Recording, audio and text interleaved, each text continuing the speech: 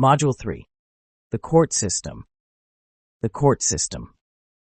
The court system is a structured network of institutions established to interpret and enforce laws, resolve disputes, and administer justice.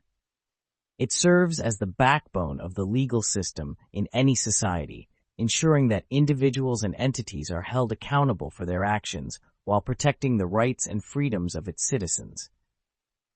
Courts operate based on the principles of fairness, impartiality, and the rule of law, and their authority is derived from a nation's constitution, statutes, and judicial precedents. The distinction between criminal and civil courts is at the core of the court system. Criminal courts address violations of laws that harm society, such as theft, assault, or fraud, with the government prosecuting offenders. Civil courts, on the other hand, resolve disputes between individuals or organizations, such as conflicts over contracts, property, or personal injury claims. The remedies in civil cases often involve monetary compensation or specific performance rather than criminal penalties like imprisonment. The court system typically has multiple levels to allow for the review and appeal of decisions. Lower courts, often called trial courts, are where cases are first heard and decided.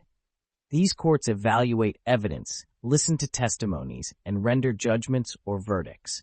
Appellate courts, which function above trial courts, review decisions to ensure they align with the law and procedural fairness. At the highest level, Supreme or constitutional courts interpret complex legal issues, set binding precedents, and address matters of national importance. Judges play a crucial role in the court system, acting as impartial arbiters who ensure trials are conducted fairly and per legal standards. Attorneys represent the interests of their clients, while juries, where applicable, determine the facts of a case and render verdicts. The interplay of these roles ensures a balanced and just process. The juvenile court system. The juvenile court system is a specialized legal framework designed to address the needs of individuals under 18 accused of committing criminal acts. Unlike the adult criminal justice system, the primary focus of the juvenile court is rehabilitation rather than punishment. This focus stems from recognizing that young individuals are still developing cognitively, emotionally, and socially. Therefore, they have a greater capacity for reform. The origins of the juvenile court system trace back to the late 19th century in the United States, with the establishment of the first juvenile court in Cook County, Illinois, in 1899. This court system was created to provide a separate legal process for minors, emphasizing guidance and education over retribution. Juvenile courts handle a wide range of cases, including delinquency, acts that would be considered crimes if committed by an adult, status offenses, acts that are only considered violations due to the individual's age, such as truancy or underage drinking, and cases of abuse or neglect. Juvenile courts operate with procedures tailored to their rehabilitative goals. For instance, proceedings are often less formal than in adult courts, and judges have significant discretion in deciding the outcomes of cases. Sentences or dispositions may include probation, community service, counseling, or placement in a juvenile detention facility. The focus on rehabilitation often extends to the involvement of families and community resources in addressing the root causes of the juvenile's behavior. Confidentiality is a crucial feature of the juvenile court system, as the aim is to protect the minor's identity and future opportunities. Records are typically sealed or restricted from public access to avoid stigmatizing individuals. Despite these protective measures, the system has faced criticism over issues such as racial and socioeconomic disparities, the effectiveness of specific interventions, and the potential for overly punitive measures in some jurisdictions. In recent years, there has been a growing emphasis on restorative justice within the juvenile system. This approach seeks to repair the harm caused by the offense by fostering dialogue between the offender, the victim, and the community. The juvenile court system reflects society's commitment to balancing accountability with the opportunity for young individuals to learn, grow, and reintegrate successfully into their communities. Victim restitution and the juvenile justice system. Victim restitution is a legal mechanism requiring offenders to compensate their victims for the losses incurred due to their criminal actions. This compensation can take various forms, including financial payments for property damage, medical expenses, lost wages, or emotional distress. The primary goal of restitution is to restore victims to their position before the crime occurs, providing a sense of justice and closure. In the juvenile justice system, victim restitution serves as a rehabilitative tool, aligning with its goal of reintegrating young offenders into society while promoting accountability and responsibility. Juvenile restitution programs differ from those in the adult justice system by emphasizing young offenders' educational and developmental needs. Instead of purely punitive measures, restitution in juvenile cases often seeks to educate offenders about the consequences of their actions.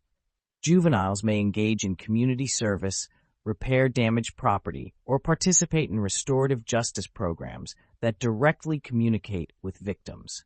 These approaches aim to foster empathy, encourage personal growth, and reduce the likelihood of recidivism.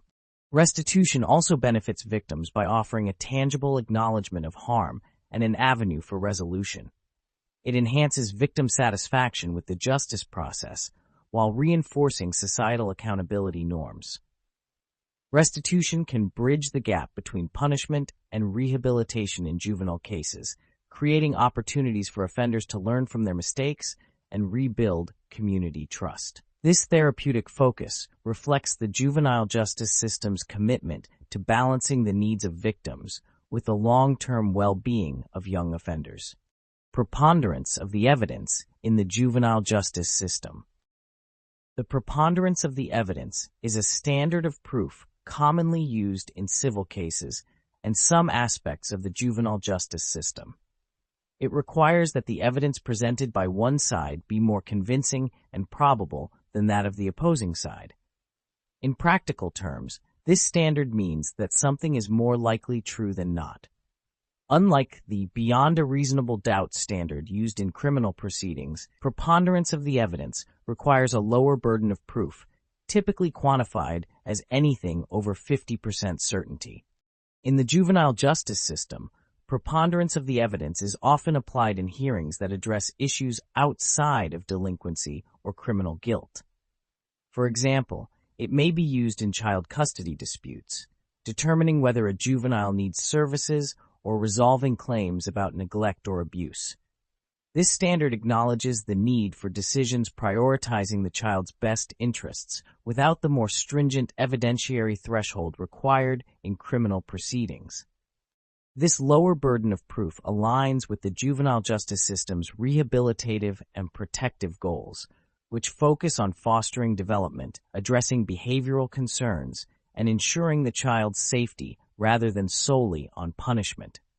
However, critics argue that applying this standard in some contexts could undermine the rights of juveniles, particularly when the outcomes of decisions lead to significant life changes. Balancing fairness with the system's goal of promoting the child's welfare remains a nuanced challenge. Juvenile court referees, roles and responsibilities. Juvenile court referees play a critical role in the judicial system by overseeing cases involving minors. Appointed to assist judges in managing heavy caseloads, referees act as judicial officers with specific duties focused on juvenile matters. Their primary responsibility is to conduct hearings and make recommendations on cases that affect the lives of young people, often involving issues like delinquency, child welfare, custody, or truancy. While referees do not hold the full authority of a judge, their decisions can carry significant weight and are subject to review and approval by a judge. Referees evaluate evidence, hear testimonies, and ensure legal procedures are followed. They aim to provide fair and impartial rulings while considering the best interests of the minors involved. Referees often work closely with families, social workers, probation officers, and other stakeholders to create solutions that support rehabilitation and well-being rather than focusing solely on punitive measures. Another essential function of juvenile court referees is to ensure that children and their families understand the legal process. Their role often involves explaining court proceedings in a manner that is accessible to young people and non-lawyers, fostering transparency and trust in the judicial system. Juvenile court personnel. Juvenile court personnel play a vital role in administering justice for minors. They ensure that young individuals who come into contact with the legal system are treated fairly and with a focus on rehabilitation rather than punishment. These professionals work collaboratively to uphold the unique principles of juvenile justice, which prioritize the child's best interests while balancing community safety. At the center of juvenile court personnel is the juvenile judge, who presides over cases and makes decisions regarding delinquency, dependency, and status offenses. The judge evaluates evidence, hears arguments, and determines outcomes, often emphasizing treatment plans and community-based interventions. Probation officers support the judge, who investigates the child's background, prepares reports, and recommends rehabilitative services. They also monitor compliance with court-ordered programs, fostering accountability and guiding the juvenile toward positive behavioral changes. Juvenile court attorneys, including prosecutors and defense counsel, advocate within the system. Prosecutors represent the state and ensure public safety, while defense attorneys protect the juvenile's legal rights, advocating for fair treatment and due process. Social workers, therapists, and guardians further enrich the system by addressing the emotional and social needs of the youth, often serving as liaisons between the court, families, and community services. Juvenile court personnel collectively strive to balance legal accountability with minors' developmental needs. Their work underscores the importance of addressing the root causes of delinquency, ultimately supporting the rehabilitation of young individuals and promoting a safer, more just society. The role of the defense attorney in the juvenile court system. A defense attorney in the juvenile court system serves as a crucial advocate for minors navigating legal proceedings. Unlike the adult criminal justice system, the juvenile court system emphasizes rehabilitation over punishment, aiming to guide young individuals toward constructive paths rather than punitive measures. Defense attorneys play a pivotal role in ensuring juveniles receive fair treatment and their rights are protected throughout the judicial process. Defense attorneys work to understand the unique circumstances of their young clients, recognizing that factors such as family dynamics, socioeconomic challenges, and mental health issues may contribute to a minor's actions. By investigating the case thoroughly and presenting evidence, they aim to create a comprehensive defense strategy. Their advocacy often extends beyond legal arguments, involving negotiations with prosecutors for alternative resolutions like diversion programs, counseling, or community service, which align with the rehabilitative goals of juvenile courts.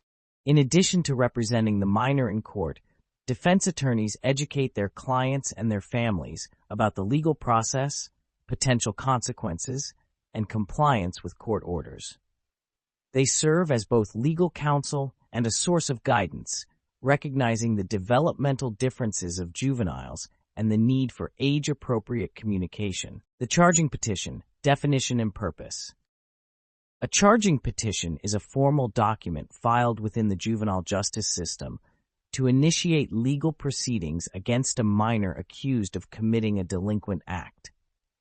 This petition outlines the specific charges against the juvenile and serves as the foundation for court action.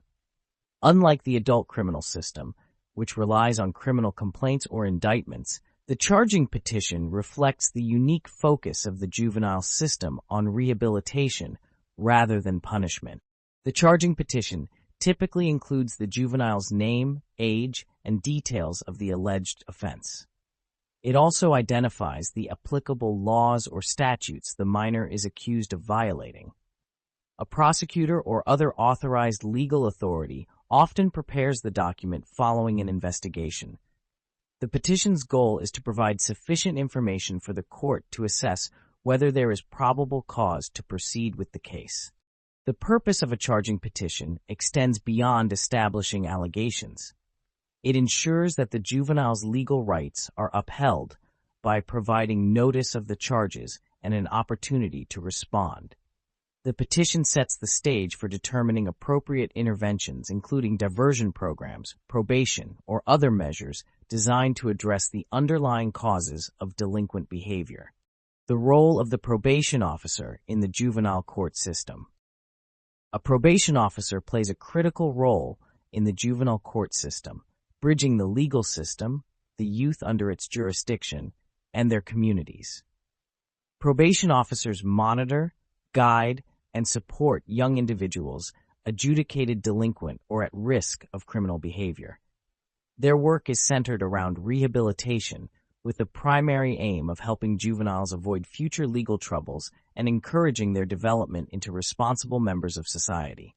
Probation officers assess the unique circumstances of each case by investigating the youth's family dynamics, educational background, social environment, and prior behavioral patterns. These assessments enable them to recommend appropriate interventions to the court, such as counseling, community service, or placement in treatment programs. Once the court mandates a plan, probation officers oversee its implementation, ensuring the youth complies with court-ordered conditions while providing consistent support and guidance.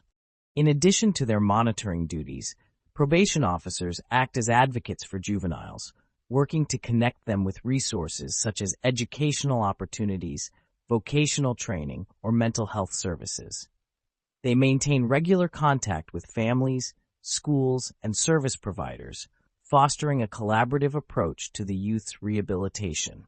Residential treatment centers, a path to healing and recovery. Residential treatment centers are structured, live-in facilities designed to provide intensive therapeutic support for individuals struggling with severe emotional, behavioral, or mental health issues. These centers offer a stable and controlled environment where residents can receive comprehensive care tailored to their needs. Unlike outpatient programs, residential treatment involves round-the-clock supervision and support, making it ideal for individuals whose challenges require consistent oversight and a more immersive approach to recovery. At the heart of residential treatment is a multidisciplinary team of professionals, including therapists, psychiatrists, nurses, and support staff, who collaboratively create individualized treatment plans. These plans typically integrate various therapeutic modalities, such as individual therapy, group therapy, and family counseling. Additionally, residents may participate in educational or vocational training, life skills development, and recreational activities to foster holistic growth. Residential treatment centers function beyond addressing immediate symptoms. They provide a structured daily routine which helps residents develop healthy habits and coping strategies. The immersive nature of the program allows residents to focus entirely on their recovery, free from the distractions and triggers of their typical environment. Moreover, the communal setting fosters peer support, where individuals can connect with others facing similar challenges, creating a sense of shared understanding and encouragement. Challenges for public defenders in juvenile court. Public defenders in juvenile court face significant challenges that hinder their ability to provide effective legal representation. One of the primary issues is the overwhelming caseloads they must manage. Juvenile courts often operate under tight schedules, and public defenders are frequently assigned more cases than they can reasonably handle, leading to limited time and resources for each client. This imbalance compromises their ability to conduct thorough investigations, meet with clients, and prepare robust defenses. Another pressing issue is the lack of specialized training in juvenile law. Representing juveniles requires a nuanced understanding of developmental psychology, educational needs, and the unique legal standards governing youth cases. Public defenders may need more training to advocate for rehabilitation-focused outcomes rather than punitive measures. This lack of specialization often disadvantages juveniles in a system fraught with inequalities. Inadequate resources further exacerbate the problem. Public defenders frequently lack access to expert witnesses, mental health evaluations, or educational assessments that could strengthen their client's defense or support alternative sentencing recommendations. The absence of such resources makes presenting holistic arguments for the child's best interests harder. Lastly, systemic issues such as implicit bias and a lack of community support can impede public defenders' ability to ensure fair treatment for their clients. These obstacles contribute to inequities in the juvenile justice system, leaving many youths without the advocacy they need to secure fair and just outcomes. Addressing these challenges requires systemic reforms and increased investment in public defense resources.